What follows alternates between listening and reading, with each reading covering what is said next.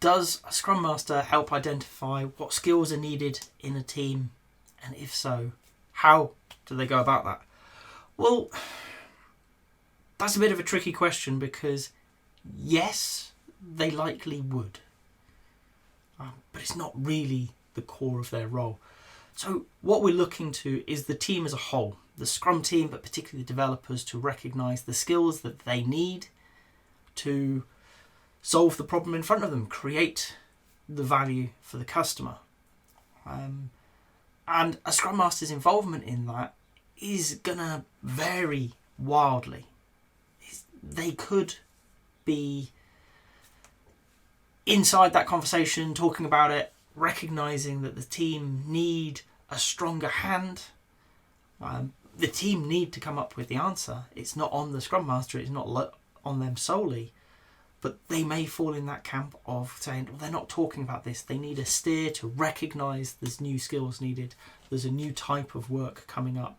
So creating the environment to have that conversation and really nudging people to start noticing it. So you may see them asking almost leading questions about what are the skills we need to solve this? Do we have those skills within the team? And if not, how are we going to get them in? But ultimately it's going to come down to that team. Even if we're taking a strong hand with a more mature team, with a team that understands what it's doing, it may be a very, very light touch part of the conversation, part of the role, in that as a Scrum Master,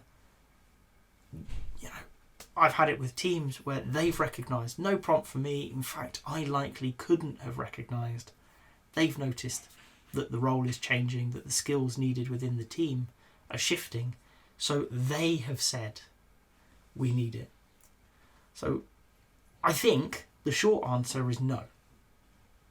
Okay, it's not on the Scrum Master to identify the skills, but it's a nuanced no, in that it's not their responsibility. Okay, the developers need to understand they're the experts on solving the problem, so they need to recognise when their skill sets aren't sufficient. A Scrum Master's role then is not in recognising it, but in helping the team create an environment, create a process maybe whereby they naturally recognise it and can deal with it before it becomes a problem. Because once it becomes a problem, now the Scrum Master is going to help them not only resolve that, but also make sure it doesn't come back, likely by creating a process or something.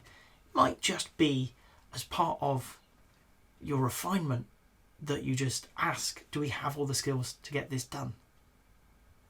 Doesn't have to be difficult, doesn't have to be onerous, but as a Scrum Master, we're not going to make that decision.